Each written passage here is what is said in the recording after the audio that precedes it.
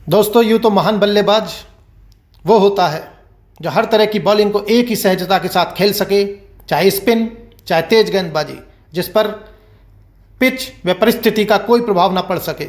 लेकिन इसमें सबसे ज़्यादा जो बल्लेबाज की महानता का परिचायक है वो है उसका तेज गेंदबाजी को खेलना व उस पर प्रभुत्व जमा देना। किसी भी बल्लेबाज का अटैक व डिफेंस तेज गेंदबाजों के सामने ही जांचा जा सकता है।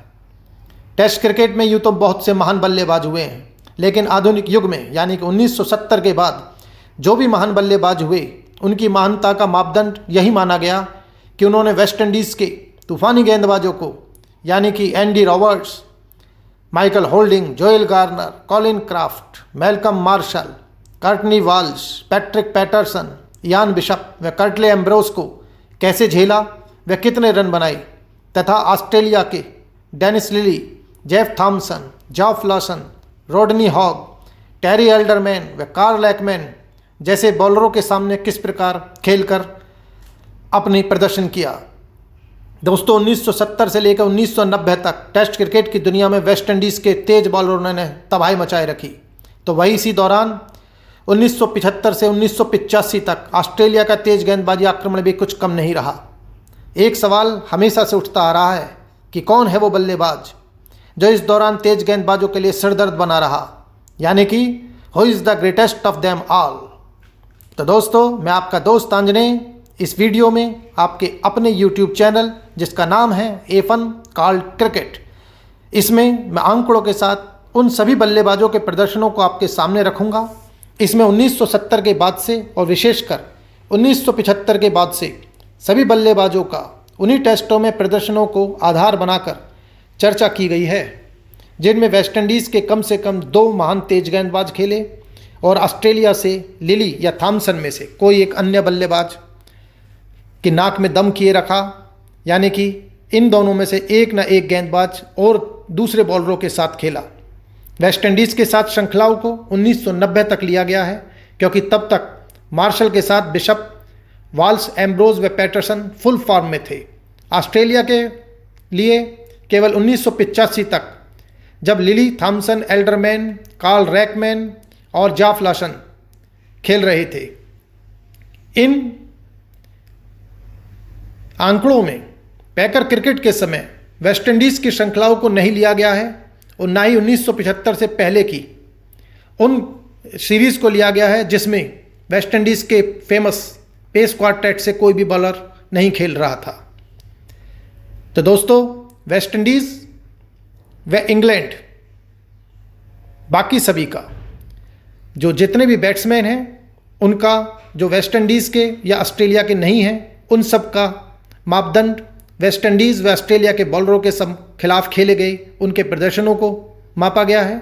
वहीं वेस्ट इंडीज़ के बल्लेबाजों का प्रदर्शन ऑस्ट्रेलिया व इंग्लैंड के बॉलरों के खिलाफ उनके प्रदर्शनों को माना गया है, और ऑस्ट्रेलिया के बैट्समैनों का वेस्ट इंडीज़ के गेंदबाजों व इंग्लैंड के गेंदबाजों के सामने उनके क्या प्रदर्शन रहा उसको आधार माना गया है।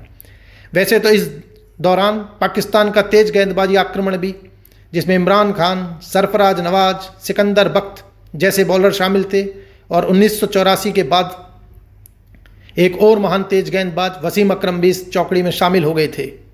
लेकिन फिर भी इंग्लैंड की स्विंगिंग यानी कि स्विंग पैराडाइज पर Bob Willis, Ian Botham, John Lever, Chris Old व माइक हेनड्रिक जैसे बॉलरों को तरजीह दी गई है।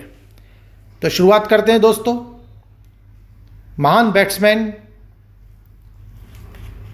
डेविड गोवर से।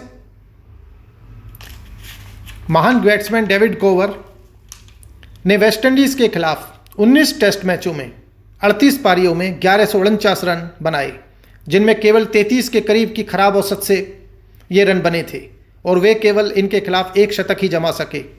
उधर अपने चिर प्रतिद्वंदी ऑस्ट्रेलिया की पेस बैटरी के खिलाफ वे 14 टेस्ट खेले, जिनमें 28 पारियों में 34.18 की मामूली से औसत से 923 रन ही बना सके। इंग्लैंड के खिलाफ भी वे केवल एक ही शतक बना सके। दोस्तों, दूसरा उदाहरण लेते हैं महान सलामी बल्लेबाज लिटिल मास्टर सुनील गावस्कर से। उन्होंने वेस्ट इंडीज़ के सभी तूफानी गेंदबाजों का 15 टेस्टों में सामना किया और 27 पारियों में 43.65 की औसत से 5 शतकों के साथ 1135 रन बनाए। ऑस्ट्रेलिया के आग उगलते हुए बॉलरों के खिलाफ वे 8 टेस्ट खेले, जिनकी 16 पारियों में 3 शतकों के साथ 568 रन बनाए और उनकी औसत रही 38। उन्होंने इन सभी गेंदबाजों का सामना बिना हेलमेट के किया था। केवल 1983 में मार्शल की गेंद सर पर लग जाने पर उन्होंने उस श्रृंखला में स्कल कैप पहनी थी। महान जॉ बायकॉट ने वेस्टइंडीज़ के खिलाफ 9 टेस्टों के 18 पारियों में 41.43 की औसत से 1 शतक के साथ 663 रन बनाए। वहीं ऑस्ट्रेलिया के विरुद्ध उन्होंने 21 टेस्टों की 41 पारियों में 4 शतकों की मदद से 41.50 के औसत से 1535 रन बना दिए। 1981 में होल्डिंग द्वारा बायकॉट को फेंका गया ओवर सबसे महान ओवरों में से गिना जाता है। एक और महान इंग्लिश बल्लेबाज ग्राहम गूच ने भी अपने खेल जीवन में इन तेज गेंदबाजों को खूब झेला। वेस्टइंडीज़ के खिलाफ 21 टेस्टों की 42 पारियों में 4 शतकों के साथ उन्होंने 1717 रन बनाए और उनका औसत रहा 42 के आसपास। ऑस्ट्रेलिया के पराक्रमी बॉलर्स के खिलाफ भी उन्होंने कुछ खास नहीं कर पाए और 10 टेस्टों की 20 इनिंग में बिना किसी शतक के साथ उन्होंने केवल 372 रन ही बनाए और उनका औसत रहा 18.60। इंग्लैंड के एक और अन्य बल्लेबाज एलन लैम, उनको भी तेज गेंदबाजों को खेलने का महारथी माना जाता रहा। लैम ने वेस्टइंडीज़ के खिलाफ 18 टेस्टों की 35 पारियों में 1254 रन बनाए, जिनमें 6 शतक शामिल हैं और उनका औसत 40.45 का रहा। उन्होंने ऑस्ट्रेलिया के धुरंधर गेंदबाजों के सामने 5 टेस्ट खेले, जिनमें 10 पारियों में बिना कोई शतक जमाए 41.40 की औसत से 414 रन ही बना पाए। इंग्लैंड के बाएं हाथ के क्लासिक बल्लेबाज डेविड गोवर का प्रदर्शन हम पहले ही देख चुके हैं। अब बात करते हैं ऑस्ट्रेलिया के दिग्गज बल्लेबाज ग्रेग चैपल की। ग्रेग चैपल उस श्रृंखला के गवाह हैं जिसमें लिली थॉम्सन, गिलमोर व वेक्स वाकर ने वेस्टइंडीज़ के बल्लेबाजों का जीना मुश्किल कर दिया था। बदले में ग्रेग को भी एंडी रॉबर्ट्स व नए तूफान माइकल होल्डिंग की हॉस्टाइल बॉलिंग का सामना करना पड़ा। ग्रेग ने वेस्टइंडीज़ के खिलाफ 12 टेस्टों की 23 पारियों में 4 शतकों के साथ 1058 रन बनाए हैं और उनका औसत 58.77 रहा। हालांकि पहली श्रृंखला में 6 टेस्ट में 702 रन के अलावा जब उनका सामना पूरी तरह से जम चुकी पेस चौकड़ी से हुआ तो वे अगले 6 टेस्टों की 12 पारियों में केवल 1 शतक के साथ ही 356 रन ही बना पाए। उधर Chris Old, Willis, Botham, Lever व हेनरिक के आक्रमण के सामने 15 टेस्टों की 29 पारियों में 49 की औसत से 4 शतक के साथ उन्होंने 1225 रन बनाए। महान बाएं हाथ के बल्लेबाज एलन बॉर्डर भी पूरे कैरियर में वेस्टइंडीज़ की पेस बैटरी से जूझते रहे और कई यादगार प्रदर्शन किए। उन्होंने वेस्टइंडीज़ के विरुद्ध 21 टेस्ट खेले, जिनकी 41 पारियों में 4 शतकों के साथ 1479 रन बनाए और उनका औसत रहा 42.25। वहीं इंग्लैंड के खिलाफ भी वो सफल रहे। कुल 17 टेस्टों की 32 पारियों में 1195 रन उन्होंने जोड़े, जिनमें 3 शतक शामिल हैं और औसत 47.80 रहा। ऑस्ट्रेलिया के एक और स्टाइलिश बल्लेबाज किम ह्यूज का रिकॉर्ड भी देख लें। वेस्टइंडीज़ के खिलाफ वे बुरी तरह सफल रहे। कुल 15 टेस्टों की 30 पारियों में केवल 774 रन ही वो जोड़ पाए। उनका औसत 28 के पास रहा और केवल 2 शतक ही वे बना पाए। इंग्लैंड के खिलाफ उनका प्रदर्शन थोड़ा ठीक रहा। उन्होंने 21 टेस्टों की 39 पारियों में 40 के करीब औसत से 1498 रन बनाए, जिनमें 3 शतक शामिल हैं। इधर पाकिस्तान के एक महान बल्लेबाज जिन्हें एशिया का ब्रेडमैन कहा जाता है, जहीर अब्बास, उनके प्रदर्शन भी देख लेते हैं। जहीर ने वेस्टइंडीज़ के खिलाफ 6 टेस्ट खेले और बुरी तरह फ्लॉप रहे। 11 पारियों में वे केवल 188 रन ही बना पाए। उनका औसत 18.80 रहा बिना शतक के। ऑस्ट्रेलिया के खिलाफ 15 टेस्टों की 27 पारियों में उन्होंने 1025 रन बनाए। उनका औसत रहा 41 व शतक केवल 1 ही जड़ पाए। जावेद मियांदाद, इनका हाल भी वेस्टइंडीज़ के खिलाफ खराब ही रहा। उन्होंने कुल 11 टेस्ट खेले, 20 इनिंग में 34.5 की औसत से केवल 691 रन 2 शतकों की मदद से बना पाए। ऑस्ट्रेलिया के खिलाफ हालांकि वे थोड़ा ज़्यादा सफल रहे। 17 टेस्ट खेले, जिनकी 26 पारियों में 40 की औसत से 1012 रन बनाए। हालांकि शतक केवल 1 ही बना पाए वे।